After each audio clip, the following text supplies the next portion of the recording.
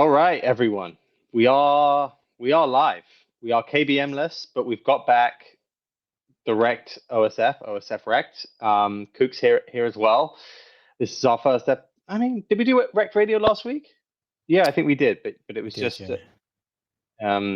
we've been patchy, right? It's the summer period.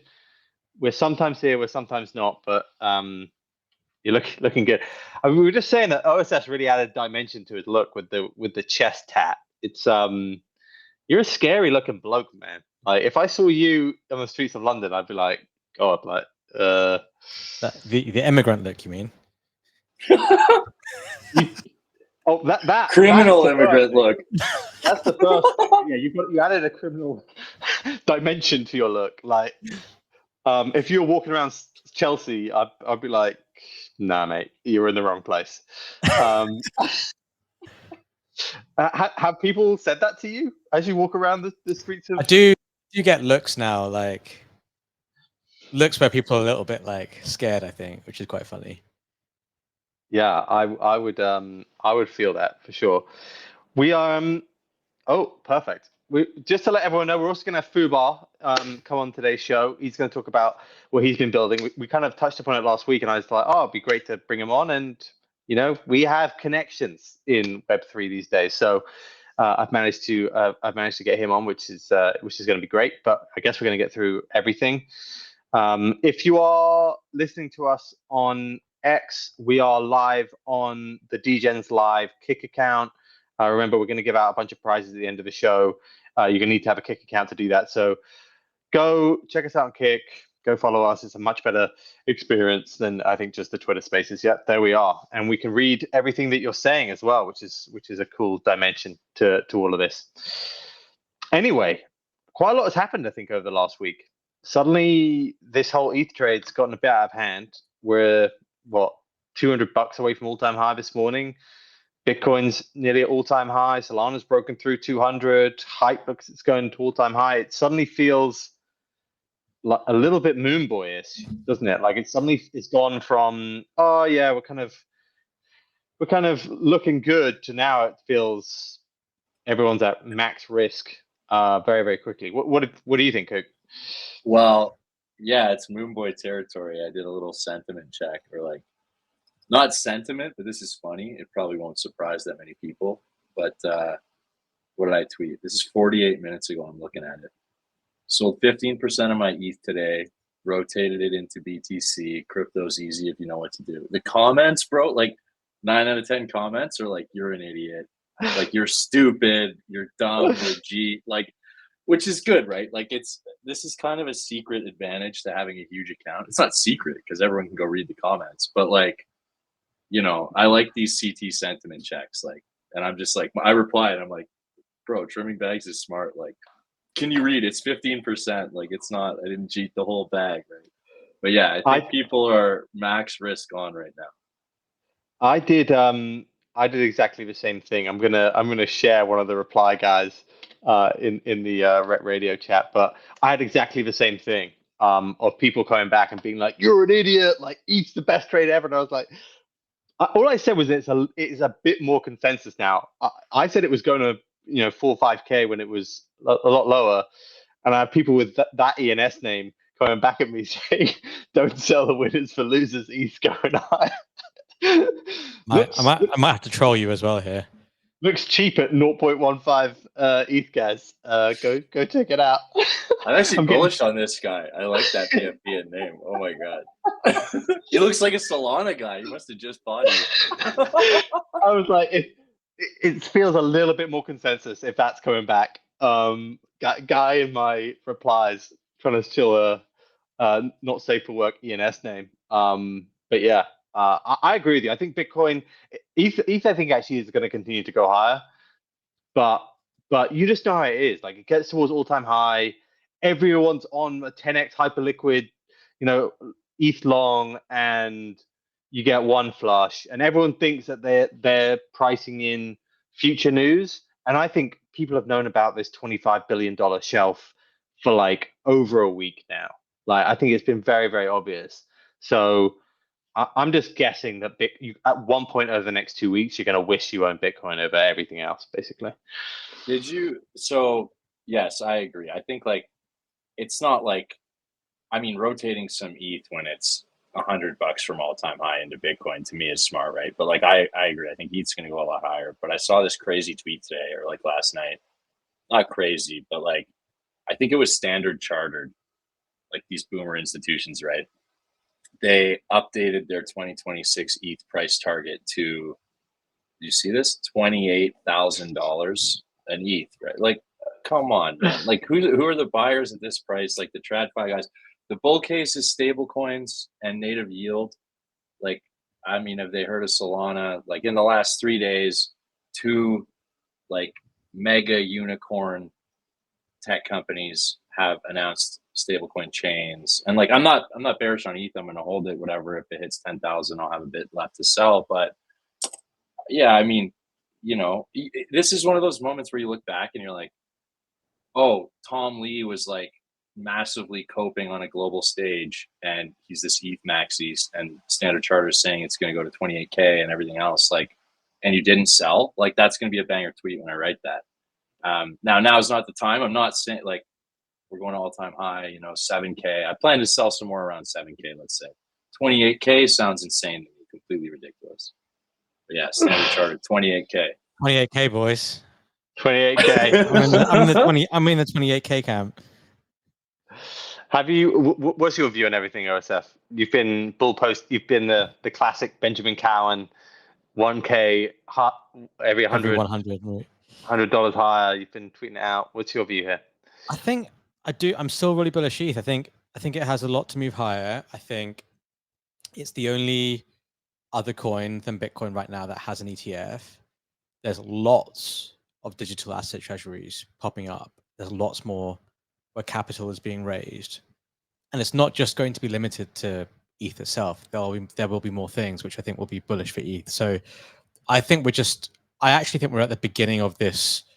People were like, oh, well, ETH's back to all-time highs now, and you know, now it's the time to kind of like fade it and all this kind of stuff. I think that's incorrect. I think we're actually at the beginning of this like influx of capital into ETH. And even though it's starting to become a bit more of a consensus trade now, and I get it, like I get the thesis that like we're back to all-time highs, and now everyone's like, oh, you know, buy ETH, and it's the same people who are like, oh, sell ETH at 1400. Like I completely get that, but sometimes you just have like these big parallel shifts or paradigm shifts, I guess is the right word, where those kind of things are just noise and it doesn't really matter. And I think what matters right now is there is a ton of capital coming into Ethereum and its ecosystem, and it's coming from the TradFi world. And I think I tweeted this the other day, like, remember the first time you understood Ethereum and you're like, oh, wow, this is actually really cool. It's not just a fucking coin that I can buy and, you know, send and receive. It's this whole ecosystem of things that can be built on. You have to remember, like, most of TradFi is only just realizing that now. Like, up until, you know, probably a few weeks ago, most people just thought, oh, ETH is just like another currency like Bitcoin, and that's all they knew about it. Like, the knowledge of it was completely limited. So I think a lot of the world is just understanding what it is and how powerful it is. And I think, you know, one thing I've learned in crypto, and you can say this about Solana last year, you can say about Bitcoin last year, is once a big major gets a very strong narrative, it doesn't just die after a few weeks. It goes on for a long time. It persists throughout the majority of the cycle. And if you want to say like, hey, like we had a new mini cycle start in April, I think we're well into like, you know, the middle of it right now. And I think ETH has a lot more to run, and we haven't yet seen the FOMO in it yet. We're starting to see these bids come in from ETF demand and obviously from the treasury demand, but I don't think we've really, on my timeline, it still feels like people are underexposed ETH, right? Like it's sort of just like the NFT crowd that own ETH, but then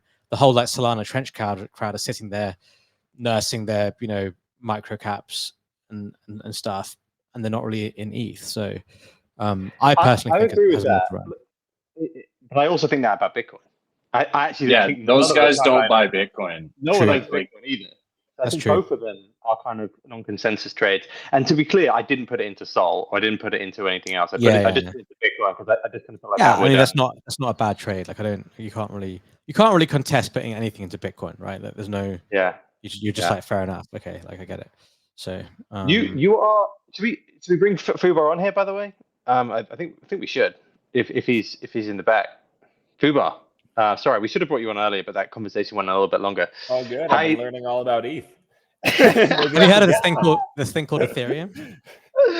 What's your view on all this? 28K. Yeah, great to be here. How you guys doing? Fantastic, man. KBM would have loved to speak to you too, but unfortunately, he is taking his mother out for lunch. No joke. But is that a euphemism for new YEET promo going on? You just put that in the chat, and I was like, oh, okay, can't really debate with that. Yeah. But what about you've obviously been a bit more ETH focused, right? You've obviously built this new platform. Is that built on ETH? Maybe we'll start first. Like, what have you thought about the conversation so far? What's your view on like majors? Yeah, I think I probably got my start in crypto very, very ETH heavy, but not from like a coin maxi point of view, probably from a programming maxi point of view. I wanted to build smart contracts and I wanted to build protocols, and it was way easier to do that on Ethereum than Solana.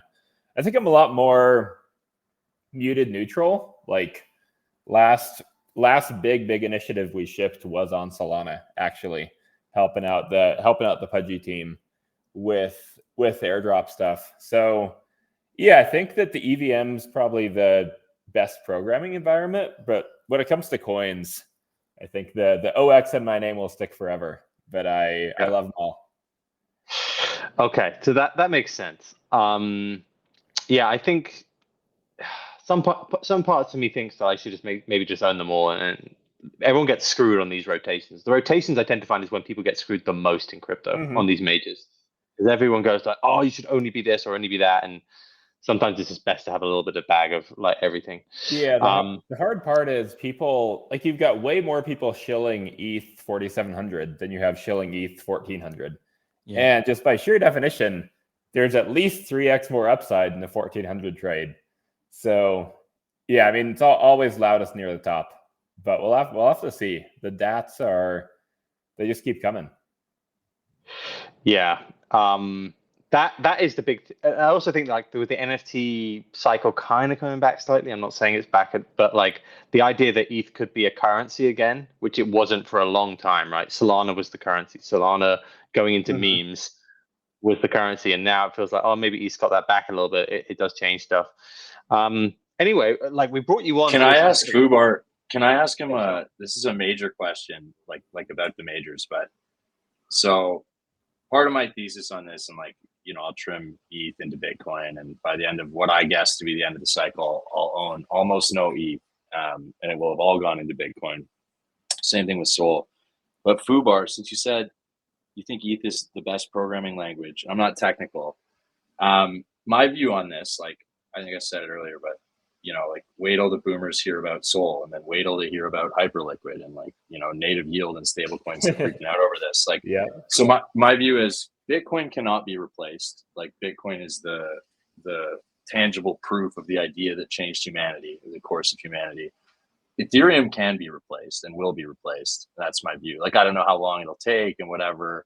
From a technical perspective or like a programmer brain, that's the question. Can Ethereum be replaced? Yeah.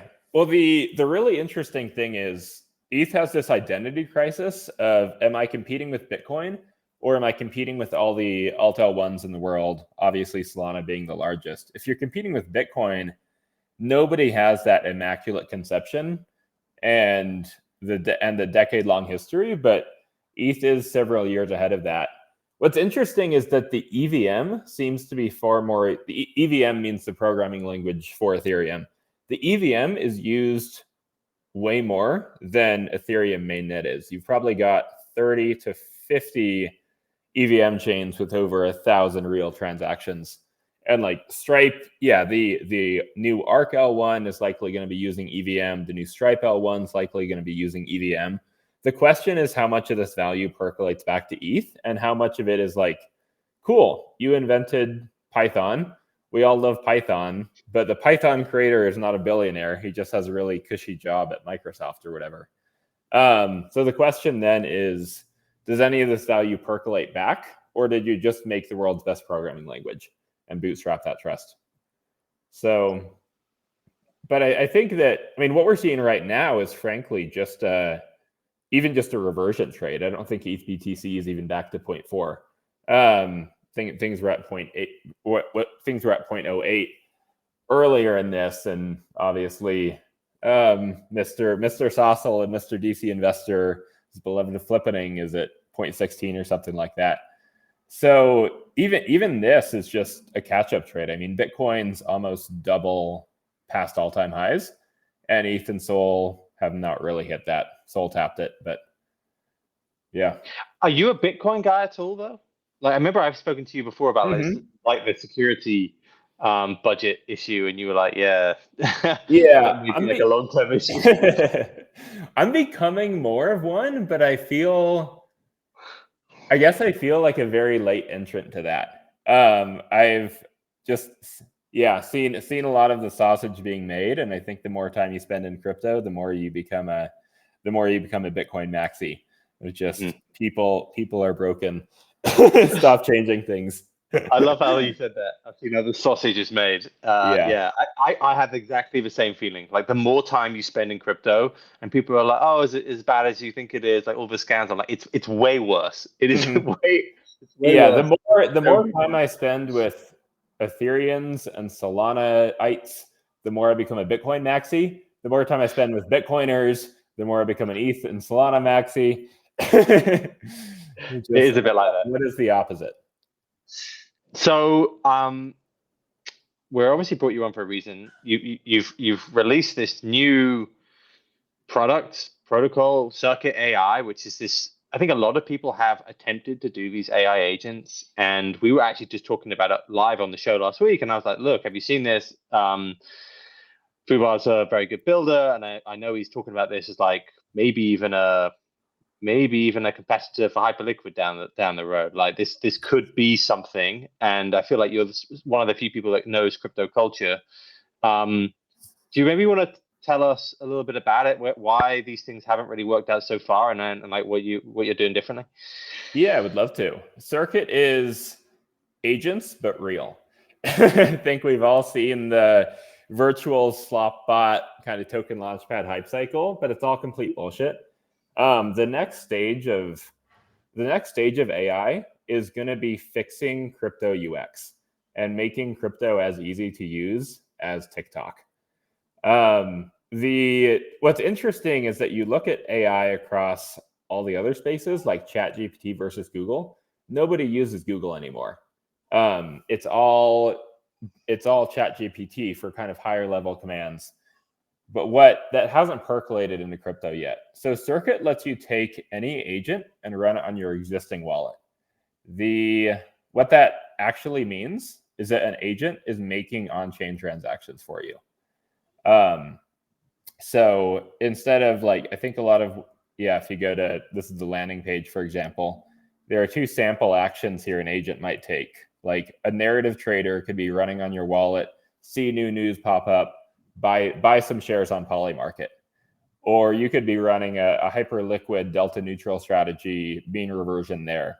These are all things that people do manually today, but you have to be online 24/7. You're eating really fat slippage. You're missing opportunities when you're asleep or traveling or on a podcast. So my view is that agents are kind of the new wallet.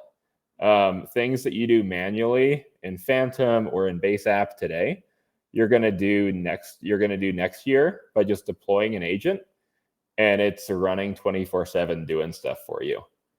So I'll pause there, but I think agents are how everyone's going to use crypto. So I think everyone, including myself, got a little bit carried away on this probably 9 months ago, and then never really got to the same sort of scale, and everything has kind of petered out, I would say, a little bit. Like, I would probably break it down into a lack of trust in the agents, probably nowhere near like the level of capability that we kind of thought they were going to be, and really just like wrappers of other LLM technology. How have you built these agents, and why are they so different? Yeah, I think the disillusionment comes because people were promised real things, and they ended up just getting a token launchpad. So like you go to, for example, the Virtuals website, and it's like, all right, how can I use this for myself? And it's not there. It's buy, sell. This thing's at a 50K market cap. It's indistinguishable from pump fund. So real agents are things that you can deploy in a couple of clicks, and they're running, making real transactions on your wallet. And that we've gotten internal beta experience that we've been showing. And once people just click deploy and they see like 6 transactions roll in, it's this magical moment where all the disillusionment goes away. So yeah, why things haven't taken off yet? I think you have to solve 2 things at once. You have to solve trust. Everyone has learned their lessons from DeFi summer about getting rugged, and you have to solve discovery. Like, it's not good enough if you make a DCA bot and call this an agent platform. You have to cover everything that people might want to do manually today. So the way we solve the trust problem is we've brought on incredible powerhouse team, including our CTO was the co-founder and CTO of Kraken. So he's successfully custodied $45 billion of assets without any issues over a decade. We've got AI talent, the former right-hand man of Ray Dalio at Bridgewater, building out these agents. And we've also taken kind of a unique technical architecture called agent sandboxing.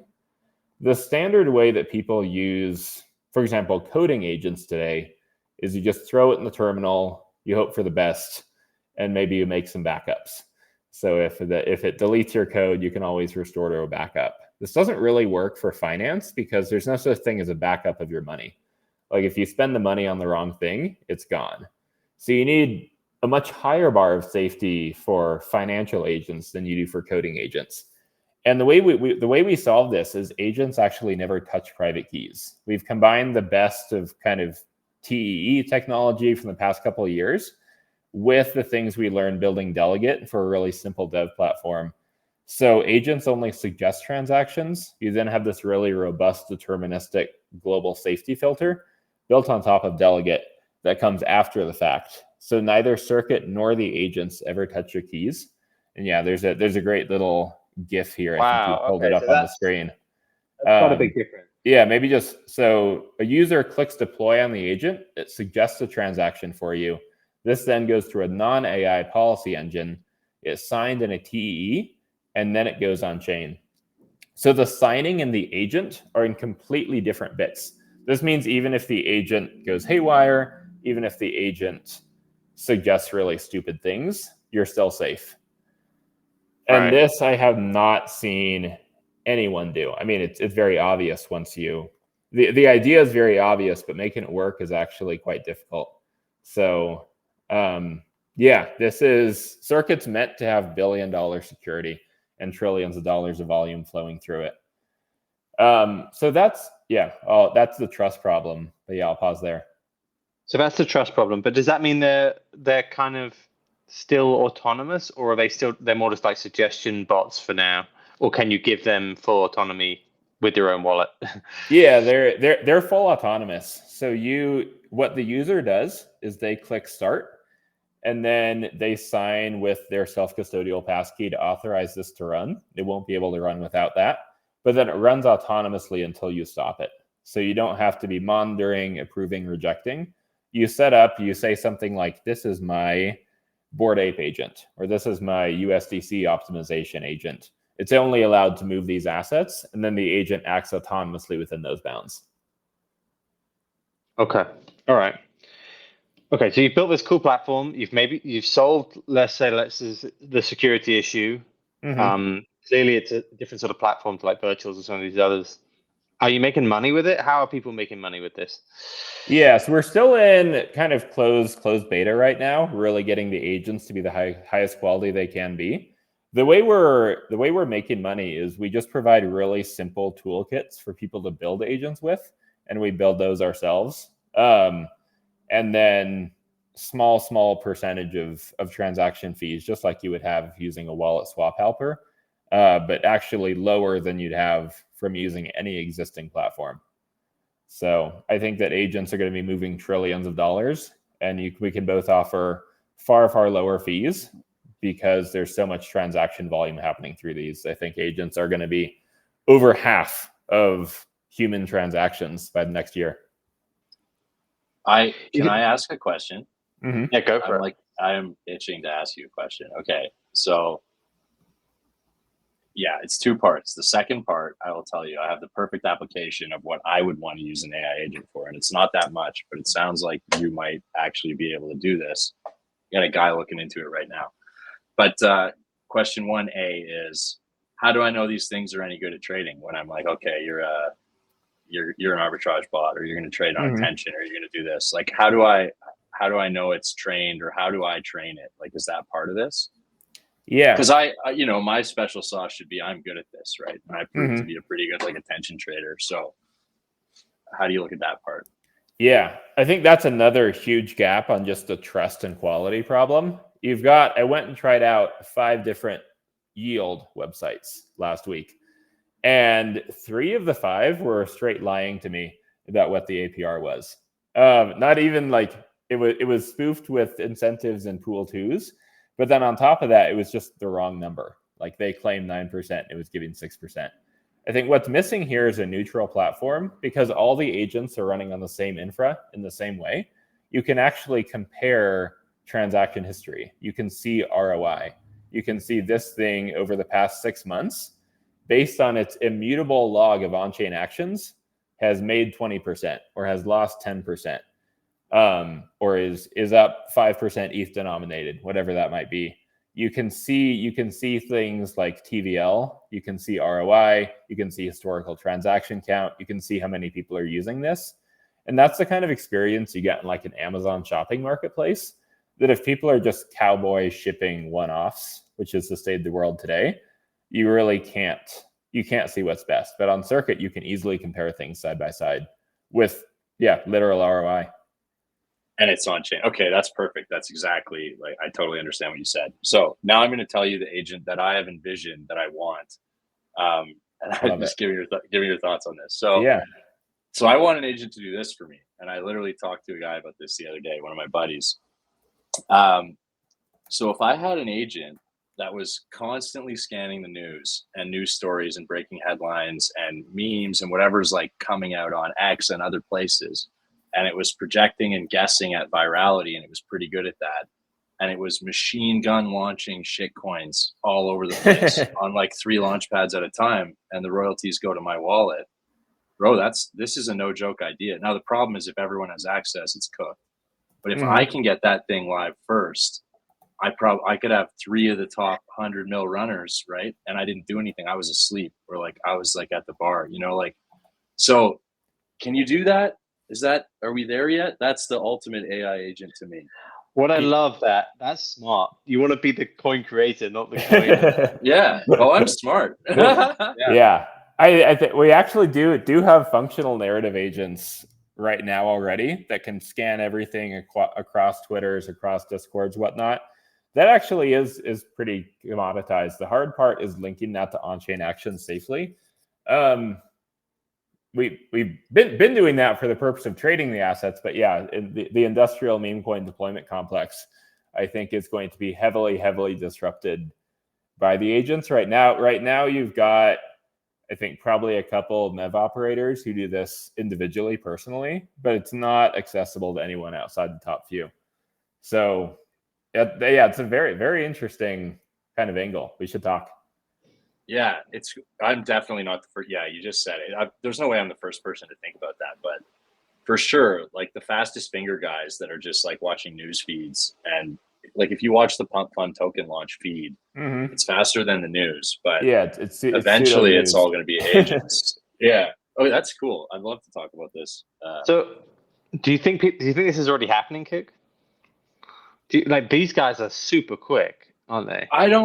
I'm not sure, like until we've just heard from Foobar a bit, and I don't know, like it might be already happening. What did I say yesterday? I called them the attention fastest finger goblins. Like it's the Mumbai devs, right? The guys that are like there's a guy who made 400,000 coins, I think, on Pump, like the wallet. right? Like people have been, and I don't know. It had to have started with real people, and I wonder if the agents have creeped in. But the guy who has the best agent meme coin launching algorithm while meme coins are hot is gonna, like, that's a printing money machine. That's free money. But yeah, I mean, I've got all different thoughts on where meme coins are now and where they're going and whatever. But they'll probably always ebb and flow. Like it'll be a sector that always exists.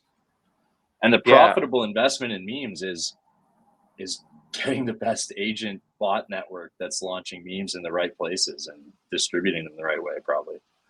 Yeah, and probably adding to LPs of like the biggest Yeah. daily runners. I mean, we're actually talking to one of the I think maybe the top team on hyper EVM right now, Project X, who's been telling us their biggest pain point is is getting LPs to do stuff properly. They're like, we've got mid 6-figure yields or something like that, and people just can't figure out how to swap, how to rebalance properly on an intraday basis. And so they're hard at work building out their own circuit agent that people can just deposit into, auto rebalances for kind of auto LPing. And this is a huge win for the users, obviously, because they get to make a lot more money. It's a huge win for the protocols because now the activity they want, they don't have to indirectly incentivize. They can just say, this is what you should do. Well, if you create this, huge unlock. That'll be massive. Like the amount of people that get absolutely destroyed, me included, on like when it moved from Uniswap V2 to V3, and you could have concentrated liquidity. If you can create auto rebalancing LPs, that would do very well. Yeah, and people have tried this in the past, like Arrakis for entire protocols, but it didn't work because it was too rigid. Everyone was kind of in the same thing. You had one big operator kind of moving everybody's money around. It was risky. You didn't have the money on your own wallet. I think that, and you couldn't customize it on like a coin by coin or project by project basis. Agents give you the ultimate flexibility to whatever you might do personally, manually. After an hour of thinking and a lot of clicking, it can do it in just 5 seconds. Wait, have you guys auto rebalancing on concentrated LPs? I'm pretty sure it exists. I just went to this tweet I saw the other day. HawkFi. Have you ever heard of HawkFi? Yeah, there are a bunch of kind of individual specialized approaches, but they're too rigid and they don't work everywhere. You lose your money when you throw them in. You have no way to see how it's kind of performed in a holistic way. So I think that people want that as part of a larger agent app store, but it's not the entire experience. This has kind of helped me round out my thoughts on whether or not or why not I would use an agent, because aside from my like meme coin money printing factory idea, I'm like, well, I want to make my own trades and I want to do my own LP like activity. But actually, yeah, like rebalancing LPs is annoying. And like if you set the parameters and you can see the agent's approach on chain and stuff, like you said, comparability, because you could just have an agent that's like, he goes after certain like opportunities on ETH LPs with like these types of tokens. And so like across protocols maybe. And so it's like a really high powered research assistant, I guess. I'm a boomer, so I got to like wrap my head around this in different ways. My only worry about this is that like I'm using ChatGPT 5 for now, for example. I feel it's like regressed in certain ways. I think that's been a general thesis. And like, I feel like with trading, if you make an error, even a small error, it can have really big impacts. Like a fat finger can or misreading of the data can be a big thing. Like, how are you dealing with that, Foobar? So like, just like is AI ready to deal with trillions of assets? Yeah. I think financial agents are like the final frontier of agents. This is where there's really high rewards, and there's also some pretty high risks that people haven't cracked yet. I think we're probably in the GPT-2 moment for financial agents right now. I don't remember if you remember when GPT-2 came out. It was the big unlock was that this could write like poems that rhymed. And this was a gigantic breakthrough. People had never considered that AI could be this linguistically talented. A Google engineer quit his job and developed psychosis because he was convinced it was sentient. And I think that agents are in this moment where you still want to select the high level strategy, and you want to probably check in on it every day, every couple of days, make sure it's doing what it's doing within your policy risks, and then ramp up the allocation there. I think agents will be at the GPT-4 and GPT-5 moment within a year. And so using agents maybe on a 1 to 10% portion of your portfolio to start, seeing how it performs, building trust over a couple of months, doing lower risk things. I mean, maybe you still do the manual YOLO of everything into OTM calls, but the agents doing the yield optimization and the LP stuff and some box narrative trading for you and mean reversion, whatnot. So yeah, I think it's a bit like what we've seen in the coding sphere. These things are capable enough to do some really fancy stuff already, and you just entrust it to more and more and more as they get better and you build trust. Yeah, I that's what I would probably start with. Like, I think everyone just wants that idea of just take the reins a little bit. Mhm. Like, you can probably do better, but like, as I know with I use, obviously, I think everyone kind of uses ChatGPT now, like at a crazy level in their own lives, but it does feel like the risks and the hallucinations could like bury your whole portfolio if it's done badly. So what else do you think? Like, you must be looking at this from a TAM perspective. Like, what are you building it for? We've just said like LPs, maybe meme coin launches would be very popular, or meme coin scanning, I guess, on the other side of that. What else are you looking at this being like, right, this could also be massive for us? Yeah, I think the short-term TAM is Phantom and the long-term TAM is Robinhood. Agents are the better way to use crypto. I know that everyone who used to be a power user in like 2021 is now off doing pure perps only or DATs or going on kick streams. And instead of being deep in the on-chain trenches. And I think that's because everything besides meme coins got too hard. That's not because meme coins are the only interesting thing in the world. It's because they're the only thing that's usable right now. Everything else got way too complex. Agents fix this. Agents kind of bring back DeFi summer. So I think that the TAM is half of all volume that's happening on chain. Across low risk stuff like yield optimization to high risk stuff like I want to do hyperliquid or polymarket or Solana trading or market making or momentum strategies or whatever that might be.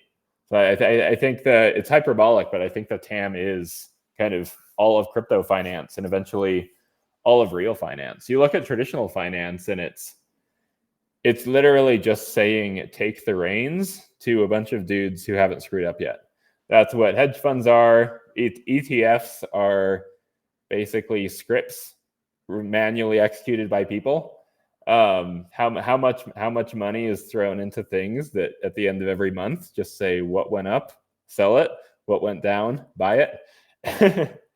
So I got a question for, I guess it's for everybody, but what I'm starting to think about now is, does this like completely erase or erode the possible edge you can get trading crypto, or like will it eventually, or have you thought about that? So it makes sense what I'm asking. Yeah, because everyone will be using the best agent, and then the best agent is the best agent, and like kind of like everybody in the world's pretty dumb since Google came out, because you don't have to know anything, you just ask Google, and now you just ask ChatGPT or Grok, so you might get two different answers. But yeah, how do you think about that? And everyone else, I'm curious, so what's up, Mando, what you guys think about that too? Yeah, I think it redistributes the edge. Currently, we've just got a very, very haves and have not crypto society of the people who can and spend their whole days writing scripts and the people who do not. And the people who spend their whole days writing scripts and PvPing against each other are probably less than 1% of the humans who are in crypto. And like Photon and Axiom kind of get you closer to this, but you're still like human reaction time is never going to be faster than a computer's reaction time. So what this does is it lets, I think that the super long tail MEV arbitrage stuff, these are not going to be circuit agents. This is always going to be a PvP game. But for everything else, think about factor investing, think about market making, think about index exposure, mean reversion, narrative trading. Currently, this is just dominated by a couple people with bots. And when anyone can run an agent, I think strategy selection gets a lot more important. So being able, what becomes uniquely human or uniquely yours is the thesis you have. You can be really bullish Ethereum ecosystem. You can be really, really bearish Parachain DeFi. And you can actually express these views in the clearest factor way possible.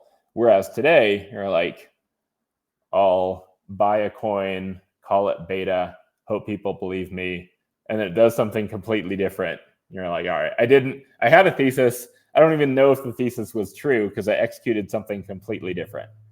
And then you look at the largest, most profitable financial strategies. They're all factor investing. They're all saying, I'm long US S&P 500 growth. And the thing about factor investing is the more people do the same strategy, the more profitable it becomes. The S&P 500 hasn't become a worse investment because a lot of people participate. It actually has provided a lot of backwinds, tailwinds. So I think the same will be true. Like, yeah, circuit might take some edge out of like arbitrage stuff, but I think it'll actually offer a very strong exposure to these positive sum strategies. Okay, very, very interesting, and it makes perfect sense. Like, I'm personally, I'm heavily bullish on hyperliquid, and I'm overweight hyperliquid, and so I could have an agent that's like, a hyperliquid DeFi or like hyper EVM DeFi focused agent. Like, it made a lot of sense what you said, actually, because it's not the whole crypto landscape. You don't just get the best bot like ChatGPT and say, go find me the best stuff in crypto, and like, I'll be on the beach. Say you've got like a hype maxi agent that its goal is to just accumulate hype at all costs. I think this probably matches human strategies for hundreds of thousands of people. What it might do, like it might have a core hype position. It might go out and LP in various hyper EVM protocols. It might be trying out lend borrow stuff. It might be swapping. It might take small index positions in rising meme coins and whatnot. It might deploy airdrop farming strategies. These are all things that actually make hyperliquid deeply valuable. That's the reason they're incentivized. People, like, you get rewards for being an early user of the protocol because that bootstraps liquidity and cements moats. So the more people that are running kind of the same hype maxi strategy, the more valuable hyperliquid becomes, the more valuable all these assets are. And eventually it's the number one perps platform, not in crypto, but number one financial platform in the whole world. Everyone kind of wins there. So yeah, I mean, you won't be the only dude using or farming a protocol, but that the pie will become so much bigger. But there's still like the human edge is like a step above, right? Where I'm like, okay, I'm making the decision that I want to focus on hyperliquid. Like, I like the comparison to factor investing. So I'm learning a ton here. That's awesome. Yeah. The human edge is saying, I'm bullish hyperliquid, I'm bullish Solana, I'm bullish Ethereum, I'm Bitcoin ordinals maxi. This is what you select. Some of these are going to outperform. Some of these theses and agents are going to outperform others, but you select kind of that high level agent thesis, and then it goes and executes it perfectly. So where are we on that happening? You just said a lot of like stuff which I'm sure everyone would love. Just tell a bot to go do this on hyperliquid. Yeah, you're in the beta. What can we do in the beta? Yeah, so we are sprinting to get as much coverage across the agentic. I think we're already far, far better than anything out there available today. We've got functional. How big is the team, by the way? We're about a dozen full time. Wow. So, okay.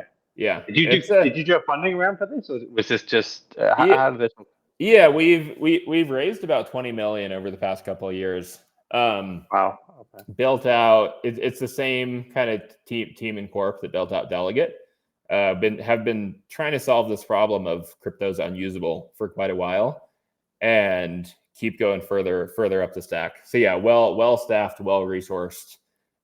We're building both the platform and the product at the same time, which means we're building the rails where anyone can build an agent, and we're also building the consumer experience where anyone can use an agent at the same time.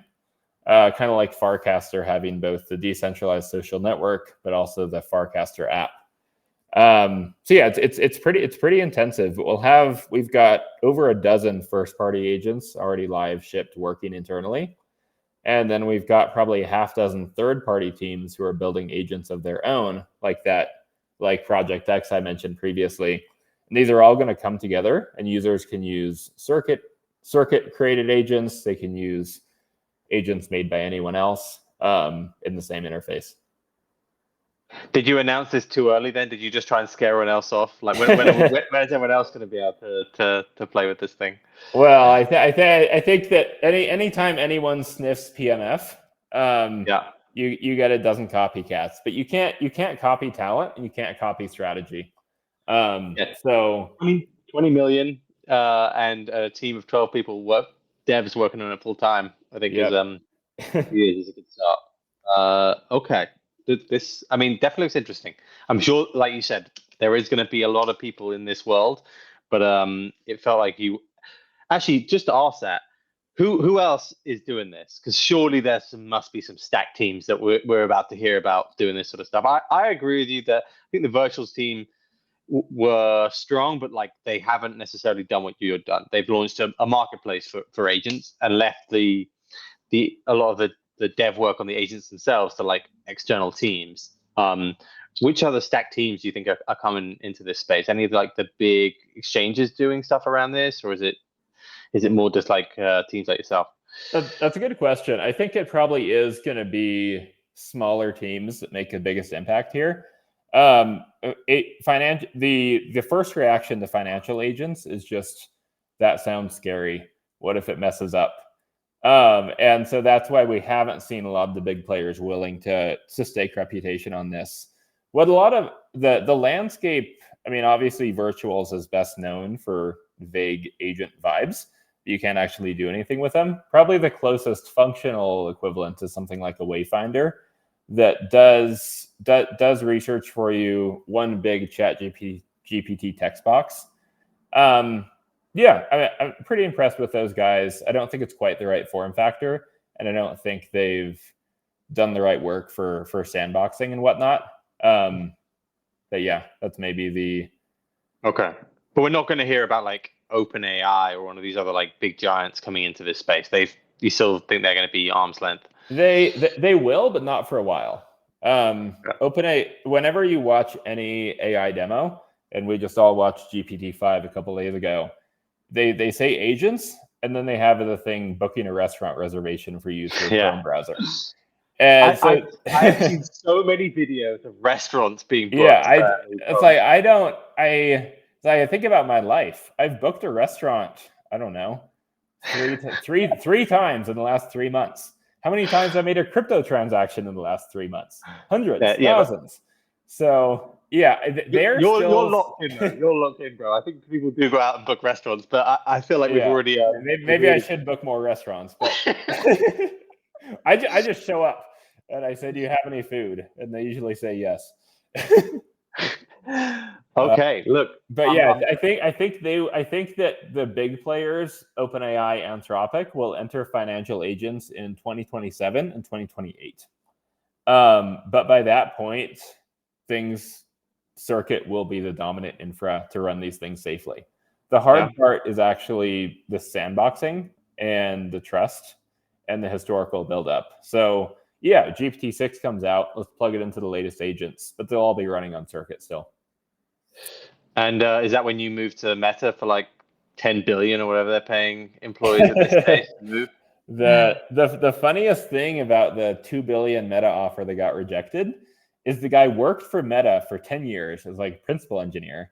He then went and joined Mira. And a year later, they're like, come back. We'll give you $1 billion. He's like, nah, I've had enough. I got enough to afford Palo Alto ramen already. My pyramid of needs is fulfilled. Yeah, wild.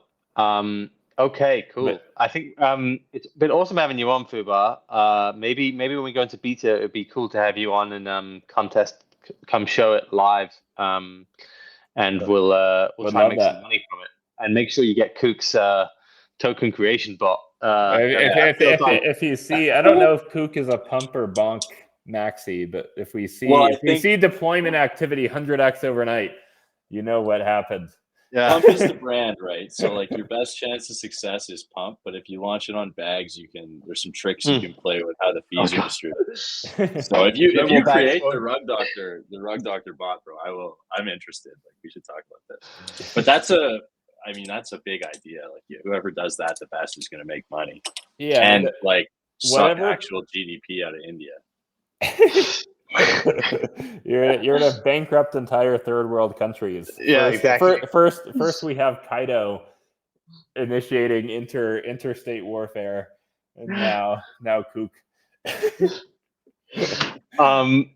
Cool. Well, OSF hasn't said a word the whole pod, which has been lovely. I don't know if we're about to do the YEET giveaways at the end. We're going to give out I think we're doing 3 $1,000 spins. So if you want to stick around for that, Fubar, you can. If not, then we've loved having you on. You can come back whenever. But we've done the code, right, intern?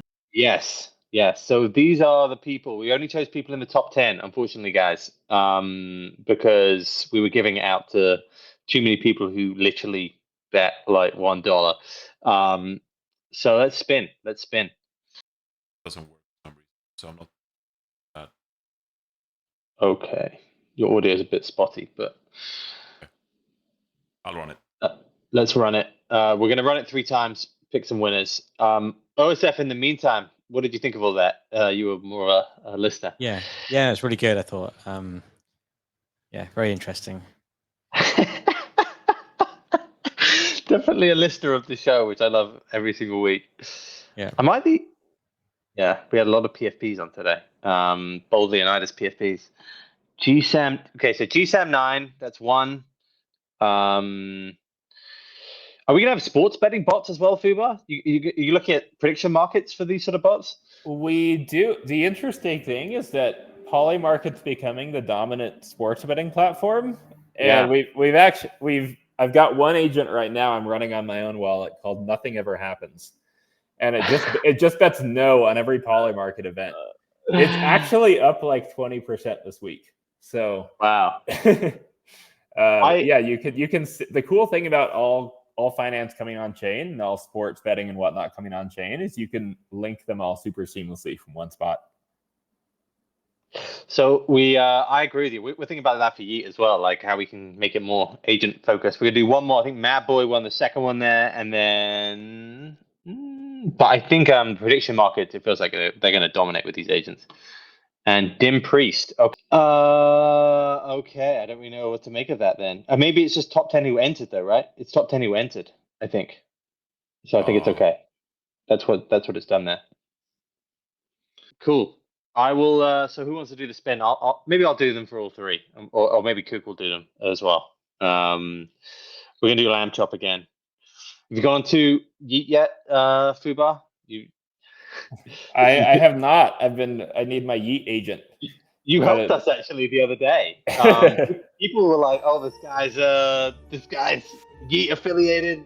Wrote something about Luck.io. Funny. The online casino space is an interesting one.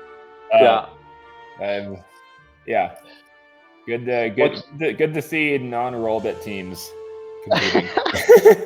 Thank you. All right, I'll go first. So we're gonna spin at least 3 times. So let's go into and do 3 jumps.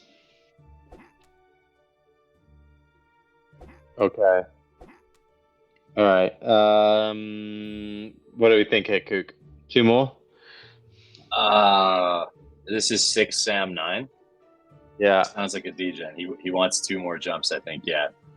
Okay, two more, and then we're out. Oh man. Cook.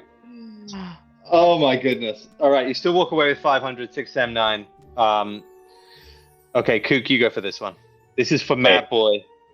I like 3 minimum, so do the next 2. And yeah, jump again. Let's go to the train tracks because the last one wasn't really count. Yeah, train tracks. Let's do it.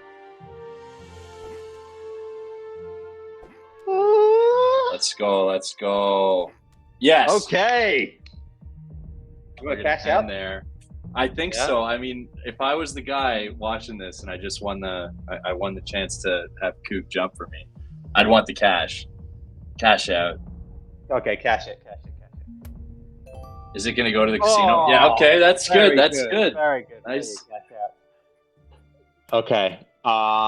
Dim Priest. I'll do Dim Priest. Or unless. All right. 1. We'll do 3 again.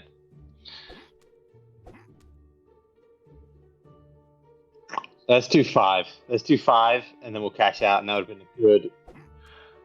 Or do you think to the tracks? I'm gonna cash out. I think cash out. This has been a good little run. Oh, yeah, there you go. You would have got smoked. Good. Incredible play. Okay, so we just gave out $4,000 of prizes just over, I think. Yeah, nearly $5,000 actually.